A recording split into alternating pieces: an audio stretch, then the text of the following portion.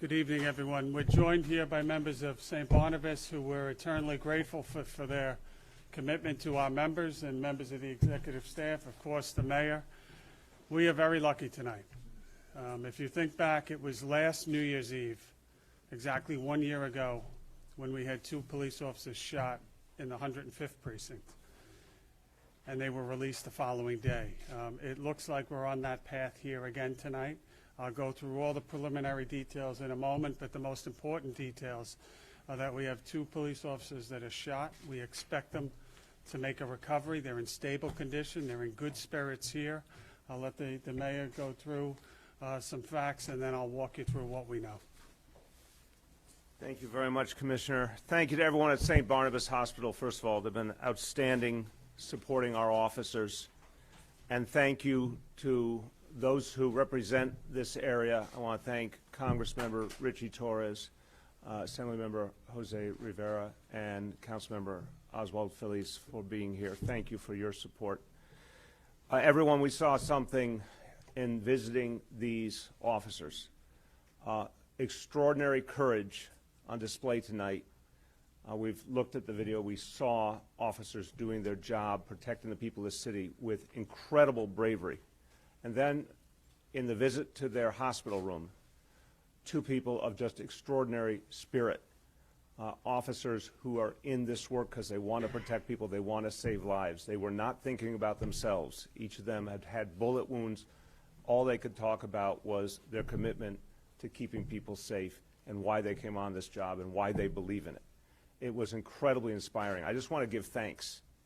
You know, in a few hours, Thanksgiving begins. I want to give thanks for these officers. I want to give thanks for all the men and women of the NYPD who protect us. I want to give thanks that these 2, thank God, are okay, and it looks like they'll make a full recovery. And we all need to count our blessings right now that 2 good young people who devoted themselves to all of us are going to come through okay. We also got to recognize there are too many guns out there. It's another example of a gun from out of state comes into our city, hurts a New Yorker. This is something we've got to deal with in a whole different way. In the meantime, thank God that there is 1 more shooter off the streets because of the bravery of these just absolutely extraordinary officers. You'll get to know them in the days ahead. But God bless them. We are blessed to have them in our police force. Commissioner. Thank you, Mr. Mayor. So again, I'll remind you, it's a very fluid investigation. These facts are preliminary, but here is what we know at this point in time. Within the confines of the 48th Precinct at 2405 Beaumont Avenue, a little after 8 p.m. tonight, a member of the community, what we asked them to do, got involved, called 911, giving a pretty detailed description of an individual, stating that that individual was at this location and had a firearm. You have police officers in uniform from the 48th Precinct that respond. Everything is captured on body camera. As they're walking up, they're discussing tactically how they will approach, and they immediately encounter this individual who's sitting on the front stoop of the building. Within seconds, they are in a gun battle. You have the female police officer that has approximately 1 year with the force, is immediately struck in the right arm in this section right here. She eventually is shot twice in that area. She returns fire, we believe, 5 times, striking the assailant. Her partner, when they immediately approach the individual before the shots are fired, gives verbal instructions to take his hands out of his pocket, and immediately the gun comes out and the shots start.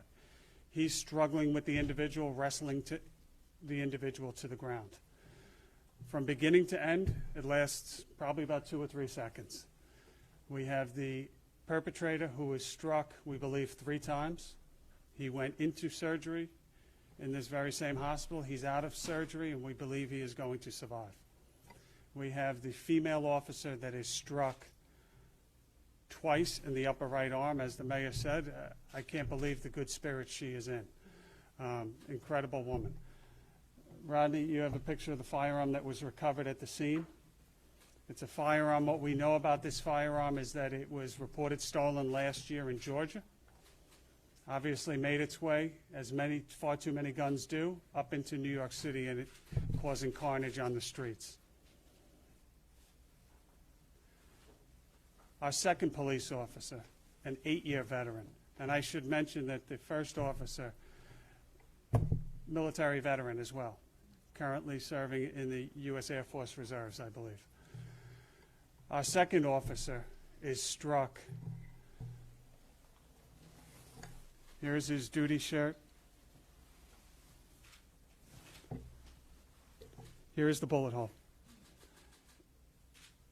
that enters in his right armpit area, and he's sitting in the hospital bed right now. The bullet comes out his left chest, within inches, obviously, of a much different outcome. What we know about the individual is that he is a career criminal with far too many arrests, still on the streets of New York City, as we've seen far too many times. And I would point out, it would appear to me at this point that the community is doing their job by calling the police. We have two incredibly brave police officers doing their job and not complaining a bit right now as they're laying recovering in a hospital bed, eager to get back to work and loving what they do, serving the people in New York City. It's time for the rest of the system to do its job and make the streets as safe as they can be. I'm going to turn it over to Pat Lynch, and then I'll take questions. You know, today what we witnessed once again, first off, we've started a holiday tradition. Unfortunately, the holiday tradition is spending Thanksgiving in an emergency room next to a bed of a police officer that was shot again. Remember last time we were also there on Christmas Eve. It has to stop. Yes, we saw police officers do their job heroically. We saw police officers that cared about each other first. How's my partner? And then rendered aid to the perp that tried to kill them. Yes, there's too many guns on the street, but we've lost the element of surprise. The problem is, yes, there's guns on the street, but perps aren't afraid to carry them.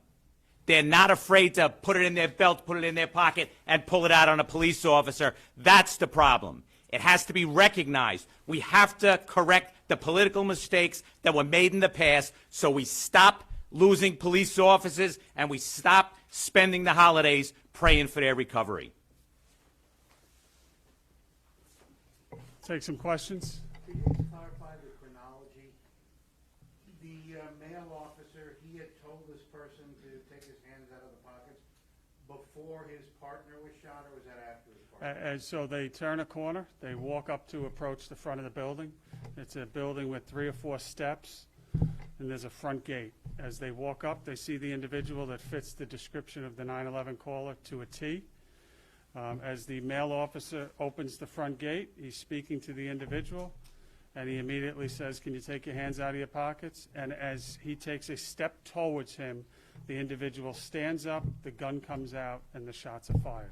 It all happens within a second. And he shot before his partner is? Unknown at this point in time. It appears from the video that the female, I believe, as the gun comes out, but we'll have to slow this down and really dissect it with crime scene. It appears that that first shot strikes the female officer. You can see her flinch on the video, and then she immediately returns fire. We believe we have 5 shots fired by the female officer and 4 fired by the perpetrator's gun, with no shots fired by the male officer, and that makes sense as you watch the video because he was engaged hand-to-hand trying to subdue the individual. What strikes you as you watch that video is the speed in which it happens and the no regard for human life. You have 2 New York City police officers at 8 o'clock in the evening on Thanksgiving Eve walking up to an individual in uniform on a Bronx street, and immediately that individual takes out a gun and starts shooting. If that doesn't tell you we have to take a second look, there is no fear on the streets right now. And we can take guns off the streets and fill up truckloads. Until we start putting some of these individuals in jail, we're going to have a tragedy. We had a 13-year-old shot yesterday. It was the same story. Any other questions? You mentioned priors. Are any of those priors for gun arrests or gun-related? We'll get you the arrests. We have to dissect which ones, of course, are sealed and which aren't sealed and all of that normal. It is the exact same pattern that we've been speaking about for the last several years. Many, many arrests of multitude of offenses, and the individual is sitting on the streets of the Bronx, terrorizing the community. Again, this started with a member of the community doing exactly what they should do. Picking up the phone, getting involved, calling 911, and saying, please come, there's a guy here with a gun. Any other questions? Are you releasing the names of the officers or the? No, we're not at this time. When are they expected to get out of the hospital? The female police officer, I would say, will be getting out. The male is a little uncertain right now due to again, he was shot in the right armpit. It came out his front chest, left side, and there's just some concern about make sure everything is good before we rush things. We want to make sure he's safe above all else. So she tomorrow, you think? I think that's reasonable, but we'll follow up with you. Thank you, everyone. Happy Thanksgiving.